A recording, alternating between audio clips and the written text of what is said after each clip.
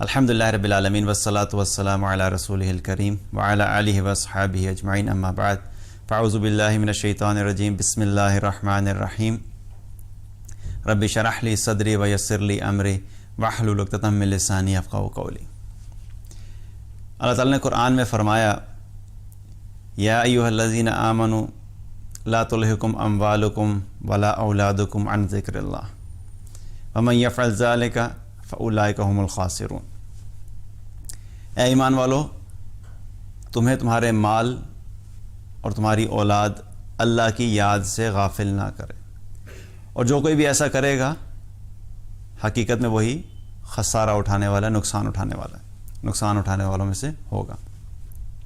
اور یہ جو نقصان ہے، کہ یہ دنیا کا نقصان ہے، کیا اس کا مال کم ہو جائے گا، یا اس کی اولاد میں کمی آ جائے گی، یا دنیا کے لیونگ سٹینڈرڈ میں کمی آ جائے گی، تو یہ کون سا نقصان ہے؟ جب بھی اللہ سبحانہ تعالیٰ کامیابی اور ناکامی کی بات کرتے ہیں، فائدے اور نقصان کی بات کرتے ہیں، تو حقیقت میں کیا ہے؟ وہ آخرت کی کامیابی اور آخرت کا نقصان ہوتا ہے، یا آخرت کی کامیابی یا آخرت کی ناکامی ہوتی ہے۔ یہاں پر بھی اللہ سبحانہ تعالیٰ نے کیا ذکر کیا کہ وہ نقصان اٹھانے والوں میں سے ہوں گے۔ اب نقصان اٹھانے والے کون لوگ ہیں؟ یہ بھی اللہ تعالیٰ نے خود ہی ہمیں بتا دیا قرآن میں، ومن خفت موازینہ فاولئک الذین خسروا انفسہم فی جہنم خالدون، کہ جن کے نیکیوں کے پلڑے ہلکے ہو جائیں گے، جن کے میزان ہلکے ہو جائیں گے، وہی لوگ ہیں جو آخرت میں نقصان اٹھانے والوں میں ہوں گے۔ اور وہ نقصان کیا ہے؟ فی جہنم خالدون، کہ وہ جہنم میں رہیں گے، جہنم میں ڈال دی جائیں گے، جس میں وہ ہمیشہ رہیں گے۔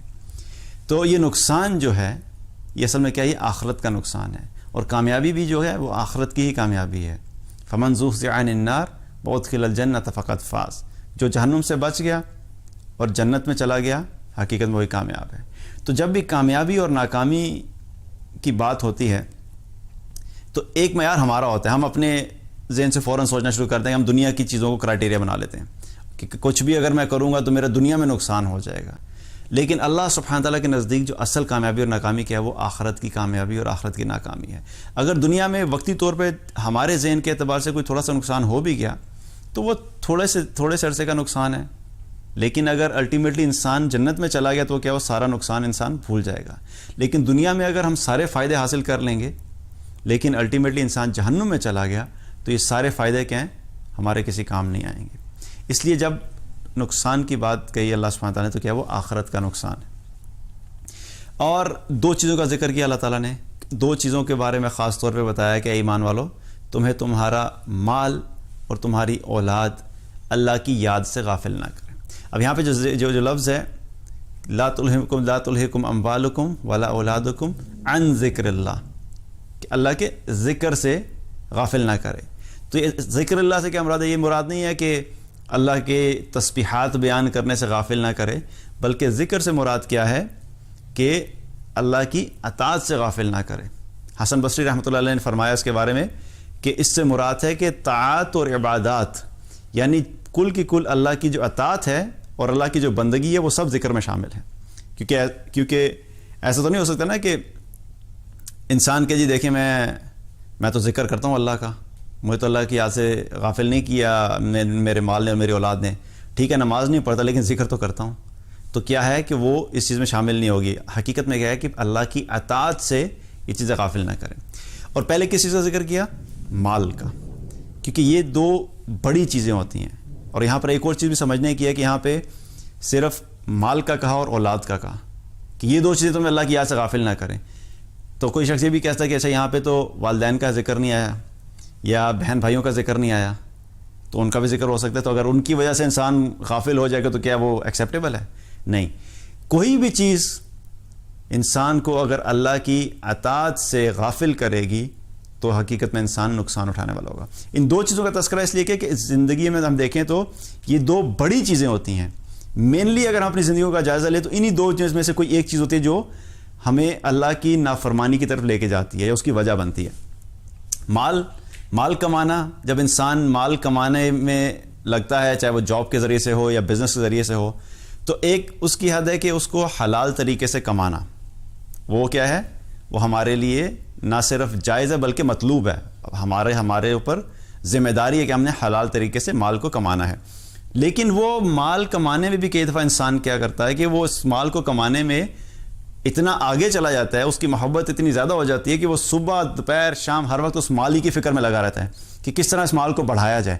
چاہے وہ حلال طریقے سے کر رہا ہے, جاب کر رہا ہے, محنت کر رہا ہے, ادھر کوشش کر رہا ہے, ایمانداری کے ساتھ اپنی کوشش کر رہا ہے اور مال کما رہا ہے اور حلال طریقے سے کما رہا ہے. لیکن کیا ہے, 14 گھنٹے لگے میں جاب کرنے میں اور بزنس کرنے میں اور دن رات یہی چل رہی ہے, اور اس کی وجہ سے کیا ہوا, باقی فرائض کے اندر کوتاہی آنا شروع ہوگی. تو کیا ہوا کہ اس کے مال نے اس کو اللہ کی اطاعت سے غافل کر دیا. یہ ایک طرف تو حلال کما رہا ہے, جو حرام کمانے والا ہے وہ تو ویسے ہی ڈبل نقصان میں کہ مال ایک تو حرام طریقے سے کمایا اور پھر باقی فرائض بھی چھوڑ دیا, باقی اطاعت بھی چھوڑ دی اللہ کی, وہ تو ڈبل نقصان میں ہوا. لیکن جو حلال طریقے سے بھی کما رہا ہے لیکن وہ اس حد تک آگے چلا گیا کہ اس مال کی محبت میں کہ اللہ کی باقی جو اطاعت کرنے والی چیزیں تھیں ان کو اس نے اگنور کیا, تو وہ حقیقت میں مال اس کے لیے ہلاکت کا سبب بنے گا. اکثر کیا ہوتا ہے کہ ہم لوگ یہ کہتے ہیں نا کہ دیکھیں جی یہ رزق حلال کمانا بھی تو ہمارے دین کا ایسا ہے نا, آپ کیا یہ بات کرتے ہیں کہ جی آپ نمازیں بھی پڑھیں اور دین بھی سیکھیں اور دین کا علم بھی حاصل کریں اور لوگوں کو دین کی طرف بھی بلائیں اور اچھائی بھی کریں اور لوگوں کی مدد بھی کریں, بس ٹھیک ہے, ایک رزق حلال کمانا یہ بھی تو عبادت ہے.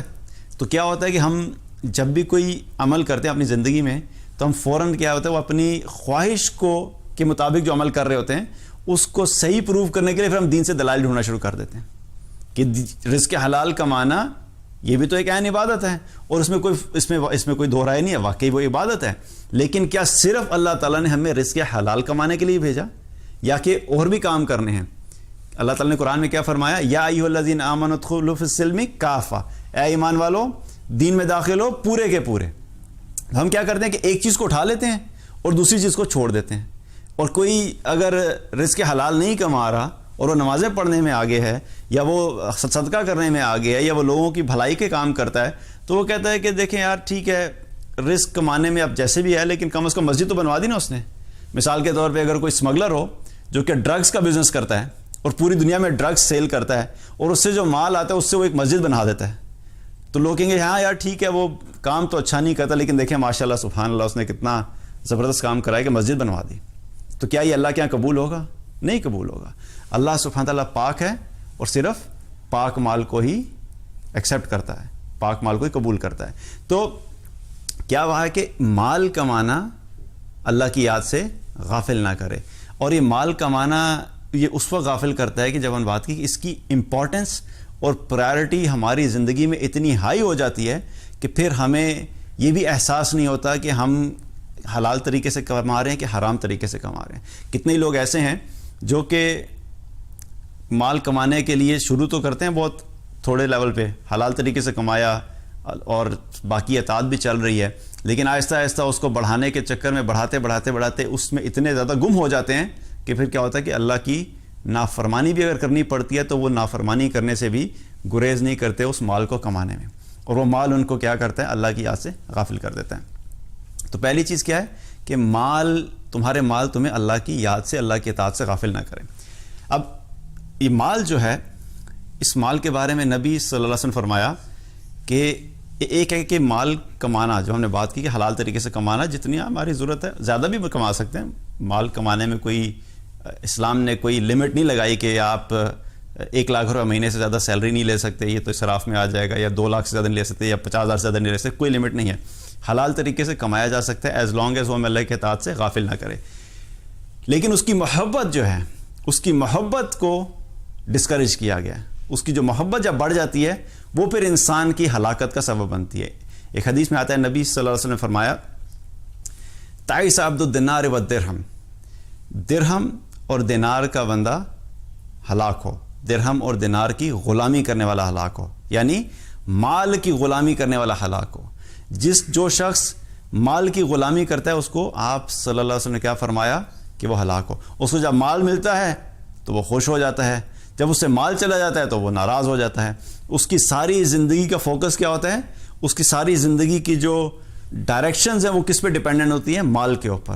جو ہی خبر آئی کہ مال میں آپ کو کسی بزنس ڈیل میں آپ کو فائدہ ہوا, بالکل خوش پھر رہا ہے, گھر والوں کے ساتھ بھی اچھا, باقی لوگوں کے ساتھ بھی اچھا, زندگی بھی بڑی اچھی گزر رہی ہے.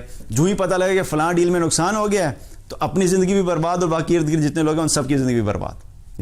سو دس از سم تھنگ جو کہ ہمیں اپنے اندر کے مال کی محبت میں لوگ کہتے ہیں کہ مال جو دن رات اس کو گنتے رہتے ہیں اور اس کی محبت میں اتنے آگے چلے جاتے ہیں کہ وہ اس چیز کو بھی ریئلائز نہیں کرتے کہ انسان کی زندگی کا فوکس ہے وہ مال ہی بن جاتا ہے. تو وہ مال انسان کے لیے کیا ہے؟ ہلاکت کا سبب ہے جب اس کی محبت آگے چلی جاتی ہے. اور ایک اور حدیث میں آتا ہے نبی صلی اللہ علیہ وسلم نے فرمایا, بخاری اور مسلم کی روایت ہے, آپ صلی اللہ علیہ وسلم نے فرمایا کہ مجھے تم لوگوں کے بارے میں فقر کا اندیشہ نہیں ہے, میں تم لوگوں کے بارے میں فقر کا اندیشہ نہیں ہے کہ تم پہ فقر آ جائے گا, بلکہ میں اس چیز سے ڈرتا ہوں کہ تم لوگوں پر دنیا فراخ کر دی جائے گی جیسے تم سے پہلے لوگوں پر کر دی گئی, اور پھر تم لوگ بھی اس میں ویسے ہی رغبت کرو گے جیسے تم سے پہلے لوگوں نے کی, اور پھر یہ تمہیں بھی ویسے ہی ہلاکت میں ڈال دے گی جیسے اس نے تم سے پہلے لوگوں کو ڈالا. تو مال کا آنا یا نہ آنا یہ ہماری کامیابی اور ناکامی کی علامت نہیں ہے, لیکن اس مال کو کمانے میں اگر ہم ایک سرٹن جو گائیڈ لائنز ہمیں دی گئی ہیں اسلام میں ان سے آگے چلے جاتے ہیں تو پھر کیا ہوتا ہے کہ یہ ہمارے لیے ہلاکت کا سبب بنتی ہے. اور صحابہ بھی جو تھے, صحابہ بھی مال کمایا کرتے تھے, ایسا تو نہیں کہ وہ مال نہیں کماتے تھے, بلکہ کئی صحابہ تھے جو کہ مالدار صحابہ میں سے تھے. عبد الرحمن بن عوف رضی اللہ عنہ بہت مالدار صحابی تھے, عثمان رضی اللہ عنہ کیا تھے؟ مالدار صحابی تھے, طلحہ بن عبید اللہ رضی اللہ عنہ مالدار صحابی تھے, بہت سے اور صحابہ تھے. لیکن فرق کیا تھا کہ ان لوگوں کو ان کے مال نے اللہ کی اطاعت سے غافل نہیں کیا. جب اللہ کی اطاعت کا وقت ہے اور جس چیز سے کرنا ہے اس وقت اللہ کی اطاعت کو پرائرٹی دی جاتی ہے, اور مال کمایا تو حلال طریقے سے خرچ کیا حلال جگہ پہ. لیکن جب اللہ کی دین کی خاطر کچھ بھی کرنے کا حکم آیا اس وقت پھر یہ نہیں دیکھا کہ میں اپنے مال کی وجہ سے یہ کام نہیں کروں گا, بلکہ جب مال خرچ کرنے کا وقت آیا تو انہوں نے پھر دل کھول کے اللہ کے دین کے لیے خرچ بھی کیا. اور یہ کیوں ہوتا ہے کہ جب دل میں مال کی محبت نہیں ہے تو پھر اس کو ضائع کرنے میں یا آپ کے پاس سے چلا بھی جائے گا تو کیا ہوگا, آپ کو اتنا زیادہ مال کے جانے کی ٹینشن نہیں ہوگی کیونکہ دل میں محبت نہیں. اب محبت کے بھی مختلف لیولز ہیں. ایک ہوتی ہے کہ تھوڑی بہت محبت تو ہر انسان کے دل میں ہے, کوئی شخص یہ نہیں کہہ سکتا کہ اس کو مال نہیں چاہیے. آپ کسی بھی پوچھیں گے کہ آپ کو مال چاہیے تو کوئی ایسا تو نہیں کہ نہیں مجھے مال چاہیے نہیں ہے. ہاں کتنا چاہیے اس میں فرق ہو سکتا ہے. کوئی کہ یار ٹھیک ہے مجھے تھوڑا سا چاہیے جتنے میری ضرورت ہے اور میرا گزارا ہو سکتا ہے. کچھ ایسے کہتے ہیں نہیں مجھے تو بہت زیادہ چاہیے کیونکہ میں اگر تھوڑا مال ہوگا تو میں اچھا برانڈ نہیں پہن سکوں گا, اچھا گھر نہیں رکھ سکوں گا, اچھے کپڑے نہیں پہن سکوں گا, اچھا موبائل نہیں ہوگا, تو مجھے سب چیزیں ٹاپ آف دا کلاس چاہیے, اس کے لیے مجھے مال بھی بہت زیادہ چاہیے. تو یہ کیا اس کی ریکوائرمنٹ الگ ہے. تو مال جو تھے صحابہ بھی کمایا کرتے تھے لیکن کیا تھا ان کے دلوں میں محبت نہیں تھی. اسی طرح قرآن میں جب یہ آیت نازل ہوئی, جب نازل ہوئی لن تنالوا البر حتى تنفقوا مما تحبون, تم میں سے کوئی بھی شخص ہرگز نیکی کو نہیں پہنچ سکتا جب تک کہ اللہ کے راستے میں اپنی محبوب ترین چیز کو خرچ نہ کرے. اب صحابہ جو تھے قرآن کی جب آیات آتی تھی تو وہ فوراً اس چیز کے لیے کیا تیار ہوتے تھے کہ ہم نے اس پہ عمل کیسے کرنا ہے. ہم تو سنتے رہتے ہیں نا کہ ایک دفعہ, 2 دفعہ, 3 دفعہ, پھر بھی زندگی ویسے ہی چلتی رہتی ہے. ٹھیک ہے اس کو بھی اب چھوڑنا نہیں ہے, سننا, اس کا مطلب یہ نہیں کہ اب چینج نہیں ہوتا تو سننا ہی چھوڑ دیں گے, لیکن انشاءاللہ کبھی نہ کبھی انسان کے اندر وہ رغبت آتی ہے کہ اس نے عمل کرنا ہے, وہ ایک ریمائنڈر ہوتا ہے. تو صحابہ نے جب یہ آیت سنی تو کچھ صحابہ باری باری نبی صلی اللہ علیہ وسلم کے پاس آنا شروع ہو گئے. ابو طلحہ انصاری رضی اللہ عنہ کے پاس ایک خوبصورت باغ تھا ان کا, اور وہ جو باغ تھا اس میں ایک کنواں تھا, میٹھے پانی کا کنواں تھا, اور اس باغ میں اکثر رسول اللہ صلی اللہ علیہ وسلم جایا کرتے تھے اور اس کنویں کا پانی بھی پیا کرتے تھے. تو جب یہ آیت سنی تو ابو طلحہ انصاری رضی اللہ عنہ نبی صلی اللہ علیہ وسلم کے پاس آئے اور آ کر عرض کی یا رسول اللہ میرا یہ باغ مجھے بڑا محبوب ہے, تو میں یہ چاہتا ہوں کہ میں اس باغ کو اللہ کے راستے میں صدقہ کر دوں. ایک آیت سننے پہ اللہ کے راستے میں صدقہ کر دوں. تو نبی صلی اللہ علیہ وسلم نے فرمایا کہ مناسب ہے, ٹھیک ہے آپ نے اگر صدقہ کرنا ہے تو اسے جا کے اپنے قریبی رشتہ داروں میں صدقہ کر دیں. اور نے جا کے اپنے قریبی رشتہ داروں میں اس باغ کو اللہ کی راہ میں صدقہ کر دیا. اسی طرح عمر بن الخطاب رضی اللہ عنہ نبی صلی اللہ علیہ وسلم کے پاس آئے یہی آیت سن کے اور آ کے عرض کی یا رسول اللہ مجھے جو زمین خیبر کے موقع پہ ملی تھی مجھے وہ بڑی محبوب ہے, تو میں یہ چاہتا ہوں کہ میں وہ زمین اللہ کے راستے میں صدقہ کروں. تو آپ صلی اللہ علیہ وسلم نے فرمایا کہ عمر تم اس زمین کو رکھ لو, لیکن اس زمین پہ جو کاشت ہوتا ہے, جو پھل ہوتا ہے, اس پھل کو تم اللہ کے راستے میں خرچ کر دو. تو کیا ہے کہ مال تو وہ لوگ بھی کماتے تھے، مال ان کے پاس بھی تھا، لیکن کیا تھی؟ مال کی محبت نہیں تھی، اور مال کی محبت اللہ کی اطاعت کے راستے میں رکاوٹ نہیں بنتی تھی۔ یہاں پر اللہ تعالیٰ کیا فرما رہا ہے کہ تمہارا مال تمہیں اللہ کی اطاعت سے غافل نہ کرے۔ ایز لانگ ایز وہ غافل نہیں کر رہا تو وہ مال کمانا کیا ہے؟ انشاءاللہ ہمارے لیے اگر حلال طریقے سے کمایا تو اس میں کوئی مسئلہ نہیں ہے۔ تو یہ فرق ہے کہ ہمیں مال کی محبت میں اتنا آگے نہیں جانا کہ ہمیں ہمارا مال اللہ کی اطاعت سے روکنا شروع کر دے۔ اور دوسری چیز کیا فرمائی؟ دوسری چیز کیا ہے؟ یا ایھا الذین آمنوا لا تلہکم اموالکم ولا اولادکم عن ذکر اللہ۔ دوسری چیز کیا ہے؟ تمہاری اولاد تمہیں اللہ کی یاد سے غافل نہ کرے، اللہ کی اطاعت سے غافل نہ کرے۔ انسان اپنی زندگی میں اپنے لیے تو بہت سی چیزوں کے، اپنی خواہشات کے اوپر قابو پا لیتا ہے۔ اگر مال نہیں ہے اتنا تو کیا ہوا کہ اچھا کپڑا نہیں پہنا تو چلیں ایک ایوریج کپڑا پہن کے گزارا کر لیا، کھانا بہت اچھا نہیں بھی ہے تو چلیں دال روٹی چاول کھا کے گزارا کر لیا۔ لیکن جب اولاد کا معاملہ آتا ہے تو بہت سے لوگ کیا ہیں؟ اولاد کے معاملے میں بہت زیادہ سینسٹیو ہوتے ہیں۔ ہر انسان کے اندر خواہش ہوتی ہے کہ میری اولاد اچھا کپڑا پہنے، اچھے اسکول میں جائے، اچھی ایجوکیشن حاصل کرے، اچھی یونیورسٹی میں پڑھے، پھر اس کی شادی ہو تو اچھے طریقے سے ہو۔ تو کیا ہوتا ہے کہ وہ اپنی اولاد کے لیے ہر انسان کیا کوشش کرتا ہے کہ اس کو دنیا میں سب سے بہترین چیز ملے، ہر چیز اس کی بہترین ہونی چاہیے۔ اب جب یہ خواہش حلال طریقے سے نہیں پوری ہوتی تو کچھ لوگ کیا کرتے ہیں کہ وہ حرام کے راستے پہ چل پڑتے ہیں۔ اب جو سیلری آ رہی ہے حلال طریقے سے، اس سے تو برانڈڈ کپڑا نہیں خریدا جا رہا، لیکن جب میرے بچے جاتے ہیں جی دوستوں کے درمیان تو دوست بات کرتے ہیں کہ میں تو جارج ارمانی پہنتا ہوں، تو میں گوچی پہنتا ہوں، اور میں پیئر کارڈن پہنتا ہوں، اور پھر بچہ آگے کہتا ہے کہ ابو یہ سارے عجیب عجیب سے نام ہیں، میں کون سا برانڈ پہنتا ہوں؟ تو بچوں کو پتہ لگتا ہے بھائی آپ تو کوئی برانڈ نہیں پہنتے، آپ تو نان برانڈڈ پہنتے ہیں۔ تو فوراً کیا ہوتا ہے؟ ایک کمپلیکس کا شکار ہونا شروع ہوتا ہے بلا وجہ کے، کہ اچھا میرے بچے نہیں پہنتے تو کتنی عجیب سی بات ہے، اچھا میرے بچے کے دوست کے پاس تو آئی فون ایکس ہے، میں اس بیچارے کو ابھی تک میں نے گیلیکسی 5 پکڑایا ہوا ہے، سو یہ کمپیریزن شروع ہو جاتے ہیں۔ تو پھر کیا ہے؟ اگر انسان افورڈ نہیں کر پاتا تو پھر کیا کرتے ہیں کہ حلال طریقے سے کرنی ہو رہا، اور اس چیز کو کہ صرف ہمارے بچے جو ہیں وہ لوگوں کے سامنے اچھے لگنے چاہیے، اور کوئی ہمارے بچے کے بارے میں پوچھے تو ہمیں یہ احساس نہیں ہونا چاہیے یار ان کے پاس کوئی مال نہیں ہے، تو پھر کیا ان کی خواہشات کو پورا کرنے کے لیے حرام راستے اختیار کرنا شروع کرتے ہیں۔ اکثر لوگ رشوت لینا شروع کر دی، جھوٹ بول کے مال کمانا شروع کر دیا، کسی غریب کا مال دبا لیا، دھوکہ دے کے مال کما لیا، یہ سب کیا ہیں؟ حرام طریقے ہیں۔ اور یہ اب کس وجہ سے ہو رہے ہیں؟ اولاد کی وجہ سے اللہ کی نافرمانی شروع ہوگی۔ جب اپنی ذات تک تھا تو خود نہ خود تو ایک لمیٹڈ لائف میں حلال طریقے سے گزارا ہو رہا تھا، لیکن کیا ہوا کہ اولاد کی محبت نے اتنا زیادہ اس کو ٹیک اوور کر لیا کہ ان کی محبت کی وجہ سے اللہ کی نافرمانی شروع ہوگی۔ تو کیا ہے کہ اولاد کی محبت جو ہے اس کے بارے میں بھی کیا فرمایا کہ تمہاری اولاد تمہیں اللہ کی یاد سے غافل نہ کرے۔ اسی طریقے سے کچھ لوگ ایسے ہوتے ہیں جن پہ حج فرض ہو جاتا ہے، اتنا مال آیا، اتنی اللہ نے مال میں وسعت دی کہ آپ پہ اوپر حج کیا ہے وہ فرض ہو گیا، لیکن کیوں حج نہیں کرتے؟ کہ بھئی ابھی میں یہ مال جو ہے وہ سیو کروں گا، میں سیونگ کروں گا، کیونکہ ابھی میں نے بچوں کی تعلیم پہ لگانا ہے، پھر جب تعلیم پوری ہو جائے گی پھر میں ان کی شادی کرنی ہے، پھر جب شادیاں سب کی کر لوں گا تو پھر میں حج پہ جاؤں گا۔ تو اس سارے پروسیس میں کیا ہوا؟ 20 سال گزر گئے، 20 سال پہلے سے حج فرض ہوا تھا، لیکن اس چکر میں کہ پہلے اپنے بچوں کو سیٹل کرنا پھر اللہ کے اس حج کے فریضے کو ادا کروں گا، یہ کیا ہوا؟ یہ اللہ کی نافرمانی ہوگی، اللہ کی اطاعت سے کیا ہوا؟ غافل ہو گئے۔ اور کیوں ہوئے؟ کس وجہ سے کیا؟ اولاد کی وجہ سے، اولاد کی وجہ سے۔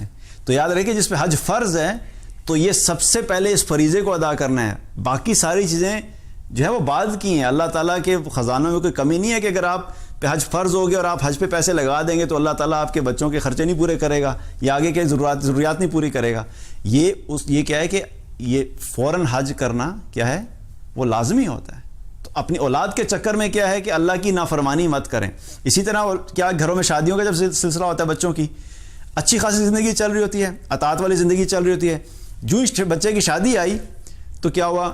چلو بھائی سب کو اکٹھا کرو، تھوڑا سا ناچ گانا کر لو، اور پھر کیا کہتے ہیں اپنے آپ کو تسلی دینے کے لیے کہ ہاں دیکھیں تھوڑا سا کوئی مسئلہ نہیں ہے، کوئی ہم لمبا چوڑا پروگرام نہیں کر رہے، بچے بچی ہیں آپس میں تھوڑا سا ڈانس پارٹی کریں گے بس، اس کے علاوہ کفر سیریسلی کیا مطلب ہے کہ لڑکے لڑکیاں جب ناچ گانا کریں گے صرف اس وجہ سے کہ میرا بچہ جو ہے وہ کہے گا کہ میری شادی آئی تھی اور اتنی روکھی سوکھی شادی کر دی آپ نے، کوئی ہلا گلا نہیں ہوا, کوئی ڈانس نہیں ہوا, کوئی موویز نہیں بنی, کوئی لڑکے لڑکیوں نے شغل میلہ نہیں کیا. تو یہ کیا ہے؟ یہ بھی ہم کب کرتے ہیں؟ جب اپنی اولاد کی محبت اور ان کی خواہش کو پوری کرنے میں کیا کیا؟ اللہ کی نافرمانی کر دی. تو یہ زندگی میں نے صرف چند ایگزامپلز آپ کو دی ہیں, لیکن کیا ہے کہ یہ ہماری زندگی میں اللہ کی نافرمانی کا سبب بنتی ہیں. اس لیے اللہ سبحانہ تعالیٰ نے دو چیزوں کا ذکر کیا, ایک مال اور دوسرا اولاد, کہ تمہیں اللہ کی یاد سے غافل نہ کریں. تو اس لیے ہمیں کیا کرنا ہے کہ ہمیں اس چیز کا خیال رکھنا ہے, کہ ہم جب مال کمائیں تو حلال طریقے سے کمائیں, اور وہ مال ہمارا اللہ کی اطاعت کے راستے میں رکاوٹ نہیں ہو. اسی طریقے سے ہماری اولاد کی تربیت, اکثر کیا ہوتا ہے ہم جو بات کرتے ہیں کہ ہم یہ سب کیوں کر رہے ہوتے ہیں, ہم کہتے ہیں ہم اولاد کو ایک اچھی زندگی دینا چاہتے ہیں. حرام کمایا, اولاد کی اچھی زندگی بن جائے, کہ وہ اچھی یونیورسٹی میں پڑھیں گے, اچھے کالجز میں جائیں گے, اچھی گاڑی ہو جائے گی, اچھا گھر ہو جائے گا. لیکن یہ سارا فیڈ کیا ہو رہا ہے؟ حرام طریقے سے. تو یاد رکھیے کہ جب بھی انسان حرام طریقے سے اپنی اولاد کو پالے گا اور حرام کا لقمہ اولاد کو کھلائے گا, تو کبھی بھی حرام کے لقمے سے اولاد جو ہے وہ فرما بردار نہیں نکل سکتی.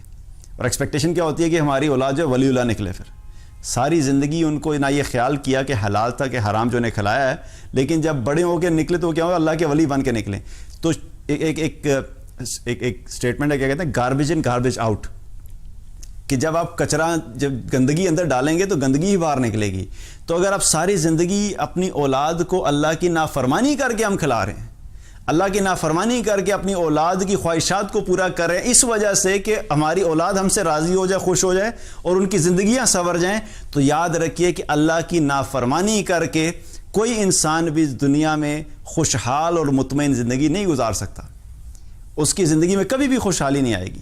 اللہ کی فرما برداری کریں, وقتی طور پہ تھوڑا مشکل ہوتا ہے, کہیں پہ ڈیسیژنز آپ کو ٹف لینے پڑتے ہیں, لیکن ہم نے اللہ کی نافرمانی نہیں کرنی, کیونکہ اللہ سبحانہ تعالیٰ نے کیا فرمایا کہ جو کوئی بھی ایسا کرے گا وہ خسارہ اٹھائے گا, اور وہ خسارہ دنیا کا بھی ہے. یہاں پہ میں نے پہلے بات کی کہ اصل خسارہ کیا؟ آخرت کا ہے. لیکن اللہ کی نافرمانی کے نتائج اور اللہ کی نافرمانی کے جو ریزلٹس اور افیکٹس جو ہیں ہمیں دنیا میں بھی نظر آتے ہیں. ہماری زندگی کے اندر سے سکون نکل جائے گا, ہماری زندگی کے اندر سے راحت نکل جائے گی, ہماری زندگی کے اندر سے خوشحالی نکل جائے گی, ایک بے چین زندگی بسر کریں گے. مال بھی ہو جائے گا, مال بھی بہت اچھا ہے, گھر بھی بہت اچھا ہے, گاڑی بھی بہت اچھی ہے, برانڈز بھی پہنے جا رہے ہیں, سوشل سرکل بھی بہت اچھا ہے, لیکن کیا ہے؟ دل مطمئن نہیں ہے. تو اگر مطمئن زندگی ہی نہیں ہے تو وہ ساری چیزیں کیا ہوتی ہیں؟ بے معنی ہو جاتی ہیں. اس لیے ہمیں کیا کرنا ہے کہ ہمیں اپنے آپ کو بار بار ریمائنڈ کرانا ہے کہ ہم نے زندگی میں جو بھی کام کرنا ہے, مال کمانا ہے تو حلال طریقے سے کمانا ہے, اور حلال طریقے سے کمانے میں بھی ہم نے ایک حد سے زیادہ نہیں جاننا ہے کہ وہ ہمارے اور اللہ کی اطاعت کے درمیان کیا ہو, وہ رکاوٹ بنے. ہم نے اللہ کی نافرمانی مال کے چکر میں کبھی نہیں کرنی. نماز کا وقت ہے تو نماز پڑھیں گے, جب کہیں پہ سچ بول کے سیل کرنا اور جھوٹ بول کے سیل کرنے کا آپشن ہے تو ہم نے کیا کرنا ہے؟ سچ بول کے سیل کرنی ہے, ہمیشہ سچ بولنا ہے, ہمیشہ آنیسٹی سے کام کرنا ہے, اور ساتھ ساتھ اللہ کی باقی چیزوں کو بھی جو اللہ تعالیٰ نے ہم پہ فرض کی ہیں ان کو ساتھ لے کے چلنا ہے. اور اسی طریقے سے ہماری اولاد کے اعتبار سے بھی ہم نے یہ دیکھنا ہے کہ ان کی تمام خواہشات ہم وہ پوری کریں گے جو اللہ تعالیٰ کی اطاعت کے زمرے میں ہوں گی, جو گائیڈ لائنز اللہ نے دی ہوں اس کے اندر رہ کے ہم نے خواہشات پوری کرنی ہے. اور جو نہیں پوری کرنی, ہمیں اپنی اولاد کو اسٹریٹ اوے بتانا چاہیے کہ بیٹا میں یہ نہیں کر سکتا, یہ کرنے کے لیے مجھے غلط ڈائریکشن میں جانا پڑے گا اور میں نہیں کروں گا. تو جب ہم اس طریقے سے اپنی اولاد کی تربیت کریں گے بچپن سے ہی, تو انشاءاللہ وہی اولاد ہمارے لیے دنیا میں بھی سکون کا باعث بنے گی, راحت کا باعث بنے گی, اور آخرت میں بھی ایک صدقہ جاریہ کے طور پہ اولاد ہوگی. تو اللہ سبحانہ تعالیٰ سے دعا ہے کہ اللہ تعالیٰ ہم سب کو رزق حلال عطا فرمائے, اور ہماری اولادوں کو نیک اور صالح بنائے, اور ہم سب کو جنت الفردوس میں اکٹھا کرے. بارک اللہ علیہ ولکم. السلام علیکم ورحمۃ اللہ وبرکاتہ.